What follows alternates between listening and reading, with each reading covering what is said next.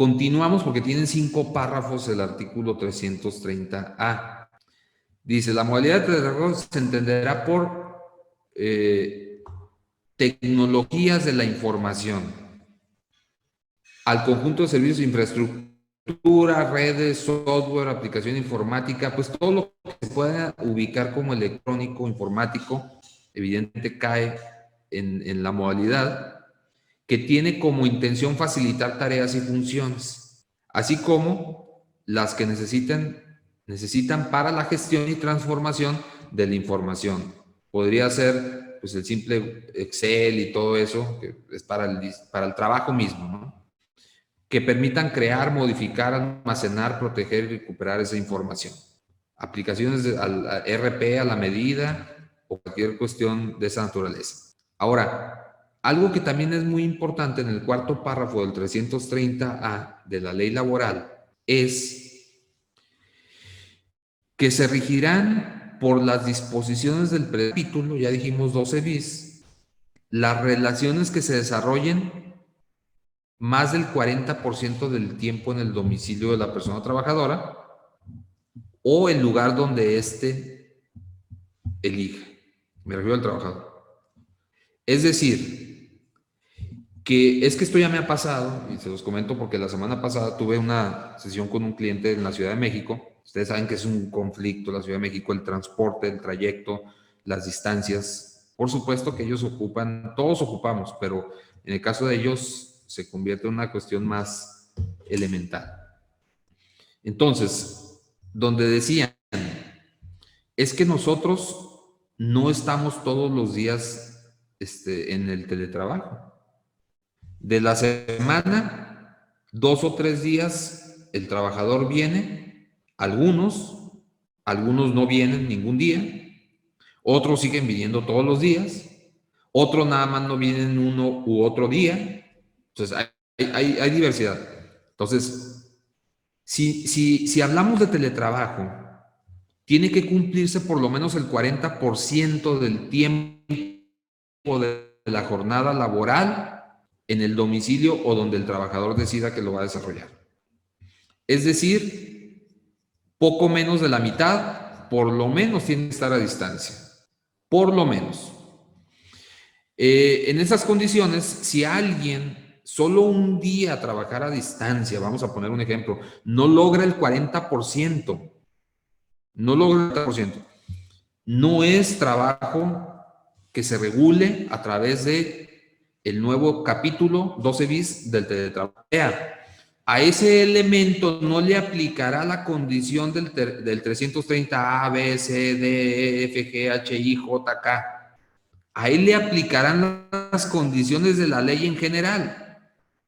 No así, reitero, las específicas y concretas de este nuevo capítulo. Si mi trabajador labora por lo menos el 40% o más tiempo a distancia, estaríamos hablando de teletrabajo, donde sí tengo que observar a detalle todas estas condiciones. Entonces, ahí para poder distinguir, hay quien nada más ocasionalmente trabaja a distancia. Bueno, no por eso te voy a pagar el internet. Es que eso lo vamos a turnar ahorita porque es toda una explicación, ¿eh? O sea, va dependiendo. Va dependiendo. O sea, ahí haré una explicación muy, muy profunda porque no podemos referirnos en lo general. Hay que desarrollarlo de manera adecuada. Entonces, realmente hay que tomarlo en cuenta. El 40% del tiempo para que se configure la obligatoriedad de observar este campo. De no ser así, observo las reglas generales de la ley laboral, de las cuales hablaremos porque por ahí viene el fundamento, el 132 y su fracción tercera en concreto. Ahora, no será considerado el trabajo que se realice de manera ocasional o esporádica y considere ese esporádico u ocasional menos del 40% de facto. Ahí está el punto, ¿no? O aún y que fuera regular, pero si esa regularidad no nos da 40%, pues no está normado en el capítulo del teletrabajo. Ok. Y ya de entrada una edición, reitero, 330 conceptualización, ya cierta referencia, Y vamos al punto número 2, que se denomina obligaciones en general de los patrones y trabajadores en materia del teletrabajo. Miren, obligaciones en general de esta práctica. ¿Cuál? Del teletrabajo. Oye, ¿hay más obligaciones? Claro que las hay. Para ello hay que remitirnos al 132, obligaciones patronales, 133, prohibiciones patronales, 134, obligaciones laborales, 135, prohibiciones laborales. Entiéndase o léase 134, 5, 132, 3, 4 y 5, regla general. Entiéndase o léase los artículos de las literales del 330, regla particular. Y acuérdense que siempre prevalece la regla particular sobre la regla. Es un principio de derecho universal en cualquier ambiente. En esas condiciones tenemos, pues, que hay que observar las condiciones particulares. Aquí se llaman obligaciones en general, o sea, como refiriéndose al cúmulo de obligaciones en general de toda esta dinámica, pero que acaban siendo reglas particulares. Contamos con toda la ley en conjunto. O sea, no hay que confundir ese concepto porque así lo denominó el propio artículo, obligaciones en general. Sí, en general de este capítulo, en general del capítulo, no en general de toda la ley, porque en general de toda la ley son las del 132, que son otra cosa. Ahora, vamos pues, 330b. Las condiciones de trabajo del teletrabajo se harán constar por escrito. Estamos hablando del 330b, no estamos hablando de una relación de todo lo demás, no, estamos centrados en esto. Debe de ser por escrito, mediante un contrato, y ahí viene la parte interesante, que ya adelanté un poco, pero que no está de más enfatizar lo siguiente. Lo contraté en el 2000, no era trabajo. Surge la primera duda, pero ya ahorita convenimos teletrabajo, hace un mes, hace dos. ¿Hay que hacer un nuevo contrato? No. Hay que hacer un anexo, lo dije hace un rato. O sea, los contratos de origen no se eliminan, generan otro. No, es el mismo contrato modificado. ¿Cómo se modifica? A través del anexo. El anexo es el escrito que se adiciona al final del contrato y podrá haber cuantos anexos se quiera o sean necesarios en el transcurso de la relación laboral. Porque el día de mañana se cambia otra cosa, bueno, otro anexo y otro anexo que modifica la cláusula tal, o que modifica la otra, o que elimina la cláusula tal, o que crea la nueva cláusula. O sea, todo eso son anexos, ¿sale? Ahora, si vamos a estar en teletrabajo, estamos obligados, y fíjense lo que digo desde aquí también, advertirlo adicional a lo que veremos en la multa más adelante. Si tú llegas al acuerdo con tu empleado de trabajar por teletrabajo y no lo formalizas por escrito a través del que ya dijimos se llama anexo o adendo, hay multa. Oye, ¿a poco me van a multar a fuerza? A lo mejor no, a lo mejor sí. ¿Y cómo se podría dar eso? Lo vamos a ver en las facultades. Reitero, sin causar pánico. O sea, habrá patrones que muy probablemente, bajo su condición, seguramente no van a ser cuestionados por el incumplimiento. Habrá otros que casi de manera permanente tienen inspección en sus instalaciones. Depende de una serie de factores, su sector, su volumen, hasta de las denuncias, señores. Hasta de las denuncias. Bien, ayer platicaba con unos directivos de una institución educativa muy reconocida y que a ellos les tocó arrancar el proyecto hace muchos años.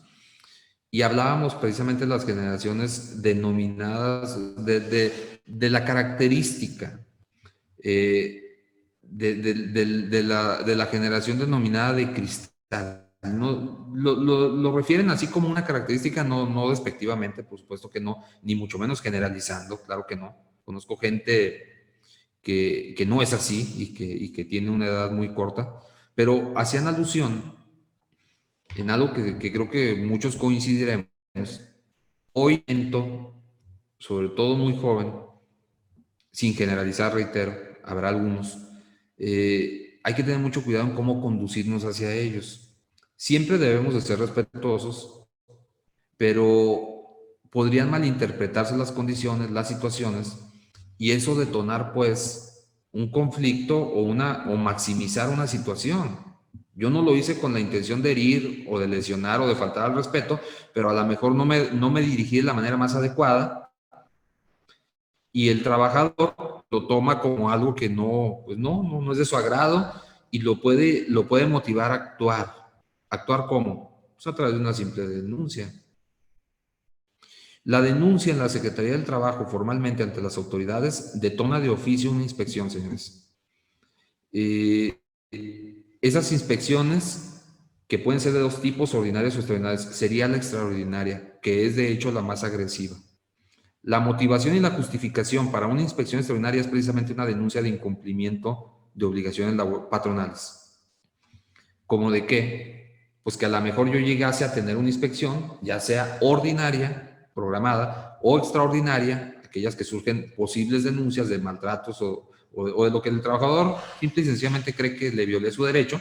Entonces, pues podría detonarse esta dinámica de la documentación. Resultar, pues, que no tengo por escrito las condiciones del teletrabajo. Hay que tener mucho cuidado en relación a que son muchas las posibilidades, ser lo más formal posible, ya lo dije hace un rato, y dentro de esa formalidad está hacerlo por escrito, señores. Por escrito, mediante el contrato, y cada una de las partes conservará un ejemplar. Se supone que siempre ha sido así. Además de lo establecido en el 25. El 25 nos regula condiciones mínimas o estipulaciones mínimas en el contrato. Nos menciona por aquí Mario Carrillo, con todo gusto, Mario, una pregunta. Dice, un contrato para mencionar lo del teletrabajo, lo del trabajo. Sí, es correcto. Cuando la contratación arranca, por poner un ejemplo, si el día de hoy, viernes 22 de enero del 2021, contrato a alguien y la manera de trabajar va a ser a distancia, por teletrabajo, entonces el contrato tiene que traer esa cláusula que establezca que el contrato se establece en los términos del capítulo 12 bis y que se sujeta a todas las disposiciones de dicho capítulo, y ya de ahí podemos establecer todas las condiciones particulares de las múltiples literales del 330. O sea, mi trabajo es por tiempo, mi contrato es por una relación individual, en el caso de que así lo sea, por tiempo determinado o indeterminado, con sujeción o no a prueba, y en el contenido hay una cláusula que lo sujeta al teletrabajo. No necesariamente, señores, el título tiene que encabezar contrato de teletrabajo, ¿eh? No necesariamente. De hecho, el título no necesariamente advierte la naturaleza del contrato. O sea, muchas de las veces lo ordinario, lo de la costumbre es contrato individual de trabajo, porque de hecho es así, individual o colectivo. No, este es individual. Contrato individual de trabajo por tiempo determinado o indeterminado, si es que fuese el caso. Y luego ya en las cláusulas yo recomendaría establecer toda la condición del teletrabajo. No quiere decir que encabezarlo con la mención de contrato de teletrabajo sea inadecuado, ¿eh? No quiere decir eso, yo nunca me atrevería a decir eso, pero yo no lo recomendaría de esa manera, digámoslo, por la costumbre, por el tecnicismo que se ha venido desarrollando en la práctica. Sin embargo, pues podría ser si alguien así lo decide. Desde mi punto de vista, no podría decirle que eso es inadecuado. Ahora, ¿y qué pasa? Nos dice por ahí, si no respondí, Mario, con toda confianza, me extiendo en el comentario. Nos comenta Gabriela Treviño. ¿Y qué pasa si mi empresa no maneja teletrabajo, pero debido al cambio de semáforo a color rojo, tuve que enviar a trabajar desde casa a un grupo de personas vulnerables? ¿Ok? Es muy interesante y muy, digámoslo, acorde a los tiempos que vivimos, el cuestionamiento que nos hace la contadora Gabriela Treviño.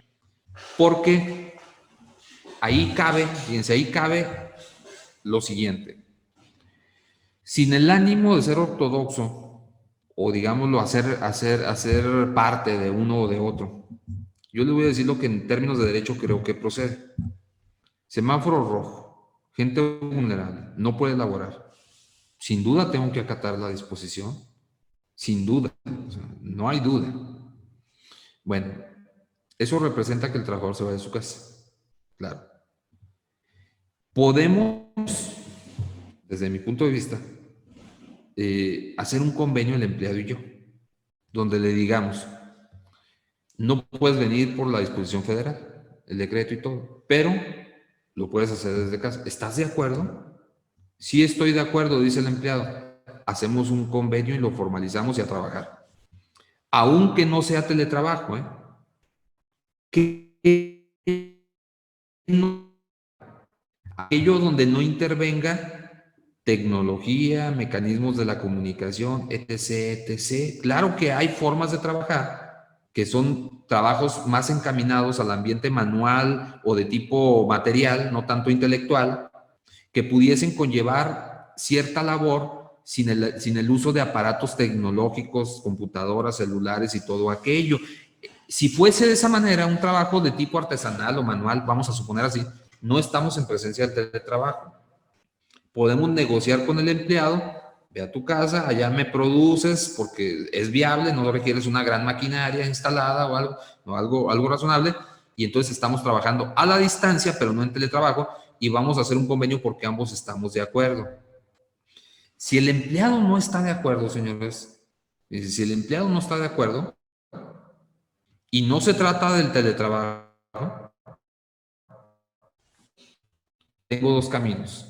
El primero, indemnizar, o en su defecto, dice, o en su defecto, ese sería, digámoslo, el más agresivo, tenerlo que indemnizar, o en su defecto, que lleguemos a una negociación el empleado y yo. ¿Sabes qué? Pues yo no voy a trabajar, entonces te espero pues a que pase la pandemia y luego ya cuando pase, no, pero es que no sabemos si pase, o dame por lo menos una mínima cantidad, vamos a convenir, vamos a negociar aún sin trabajar. Bien, hay empresas que cubrieron, sobre todo al principio, el salario de los empleados aún sin trabajar, porque así lo decidieron, en lugar de indemnizar o en lugar de negociar con el empleado, siguieron pagando el salario completo. Pocos van a aguantar eso o pocos hicieron eso, es un hecho.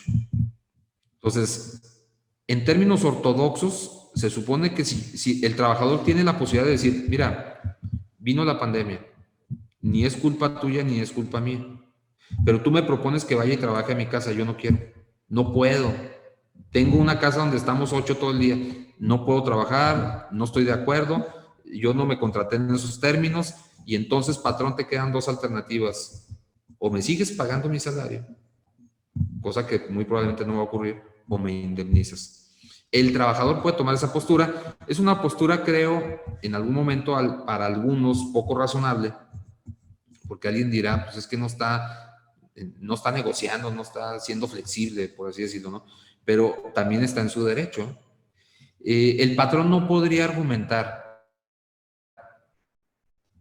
causa de fuerza mayor, libera de indemnizar de seguir el salario. Desgraciadamente, nuestro derecho mexicano laboral no releva.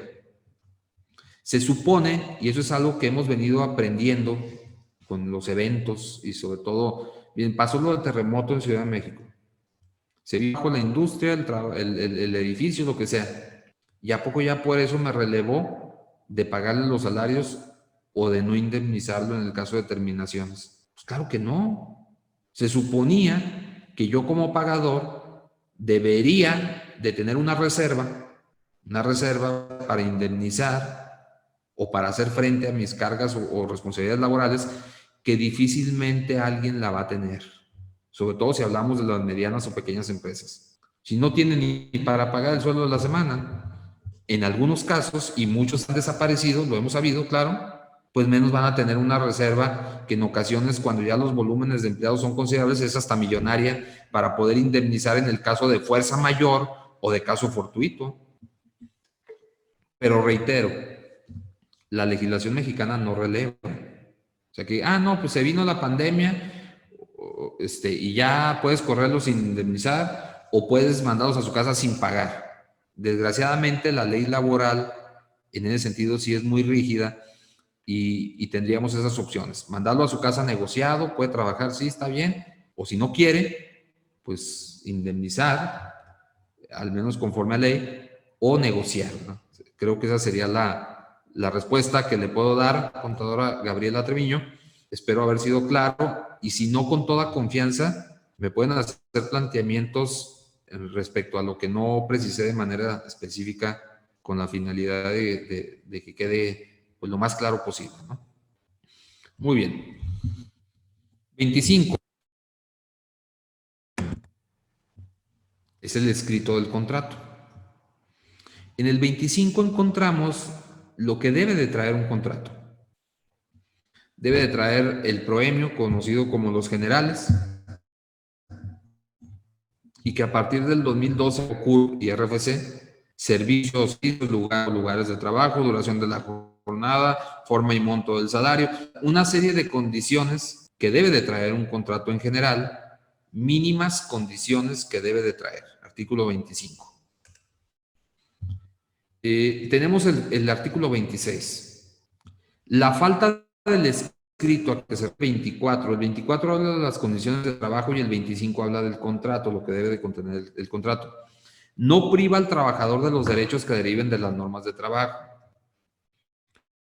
y de los... O sea, no priva al empleado de sus derechos como tal.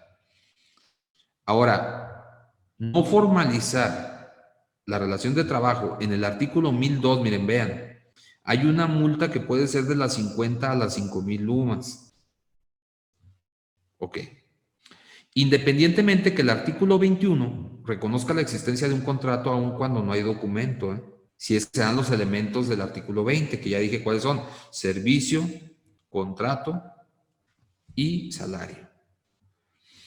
Hay que tener en cuenta que me interesa, y yo soy el principal interesado en contratos porque a través de ellos demostraré en caso de controversia en una junta. Bueno, me regreso al 1002 que tienen en pantalla. El artículo 1002 nos señala que no formalizar mediante el contrato conlleva una multa de las 50 a las 5,000 lunas. Y para quienes han vivido la amarga experiencia o tienen conocimiento en cómo procede o cómo actúa regularmente la Secretaría del Trabajo, ubicamos pues que lo hace casi siempre, al menos eso es lo que yo he visto en reiteradas ocasiones, no una ni dos, es que se va a la multa media. O sea, no pone la mínima y no pone la máxima. Establece la multa media, que para el caso serían 2,500 sumas. Es una cantidad de dinero considerable. Es una cantidad de dinero que son cientos de miles de pesos. Aunado a la amenaza, señores, y hay que advertirla desde aquí, del artículo 992, penúltimo párrafo de la ley laboral. 992, penúltimo párrafo. ¿Qué dice 992, penúltimo párrafo? Cuando en un solo acto o omisión se afecte a múltiples trabajadores, se impondrá sanción por cada uno de los trabajadores. Esto me da la posibilidad de que si elección laboral ha vivido, sabe que le piden contratos, que si siempre lo hagan, pero es lo que me piden, contratos. Una inspección ordinaria, contratos. No los tengo, me podrían multar. Si es una inspección extraordinaria, si es una inspección ordinaria, te dejan el requerimiento de la información para que a posteriori pase y valide la existencia de los documentos. Si es una inspección extraordinaria, tienes que entregar todo en el momento. Ahí no va a haber con que ven mañana, no. No es un requerimiento, digo, de tal fecha. O sea, ahí te solicito de manera inmediata la información, porque es una revisión de tipo, una inspección de tipo extraordinaria, que hay motivos muy específicos para los que se puede detonar una inspección extraordinaria, como puede ser el caso, ya lo dije hace un rato, de la denuncia. Ahí tendrías que en el momento del contrato, no te da tiempo de elaborar. Si no lo entregas, pues lo menos que puede ser es que te establezca una multa 1,500 más. Entonces, pues claro que es un motivo más por el cual vale la pena tomar en consideración la elaboración, reitero, pues de dichos contratos.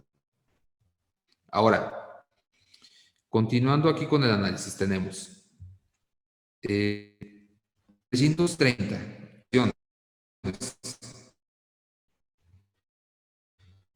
Formará parte del contrato. Si tengo trabajadores sindicalizados que ahora van a trabajar por teletrabajo, hay que modificar el contrato colectivo. O sea, es obligación, no es de que si quiero o no, no. Es una obligación porque si no podré ser multado. Y deberá entregarse, ahorita vamos a ver la multa, el artículo que establece que todo el incumplimiento a esto causa una multa. Dice, y deberá entregarse gratuitamente una copia de estos contratos. Obviamente es la difusión, ¿no?, del contrato colectivo reformado con la estipulación o consideración ahora, tomando en cuenta el teletrabajo. Asimismo, deberán de facilitar los mecanismos de comunicación y difusión a distancia con los que cuente el centro de trabajo, incluyendo el correo electrónico u otros.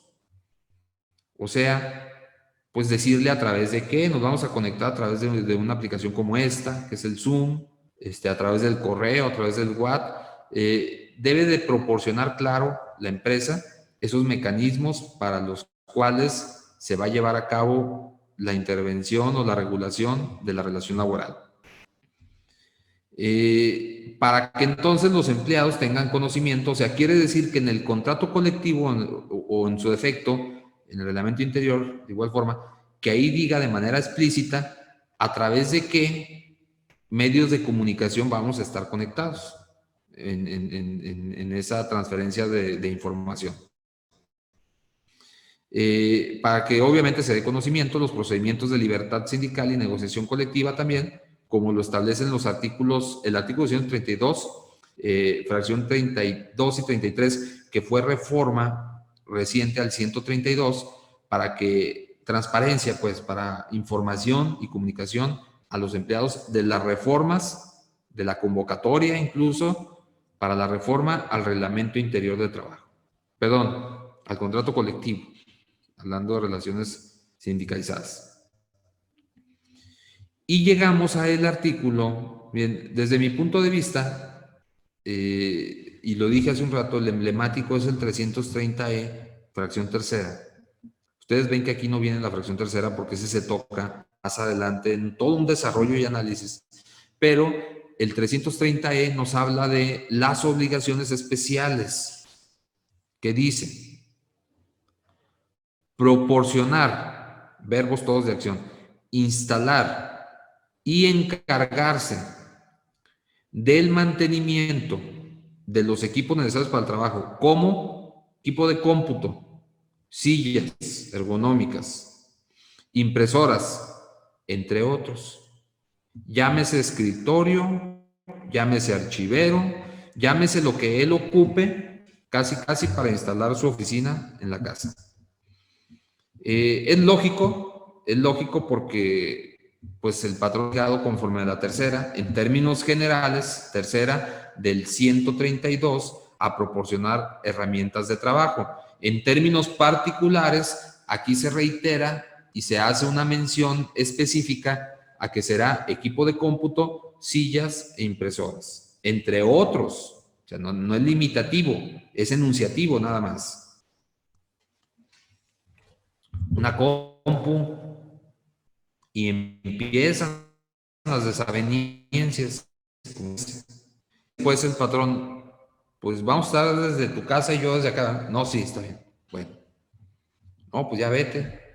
Y lo dice, pues, ¿y la compu? Y lo dice el patrón, ¿y cuál compu? Pues la compu.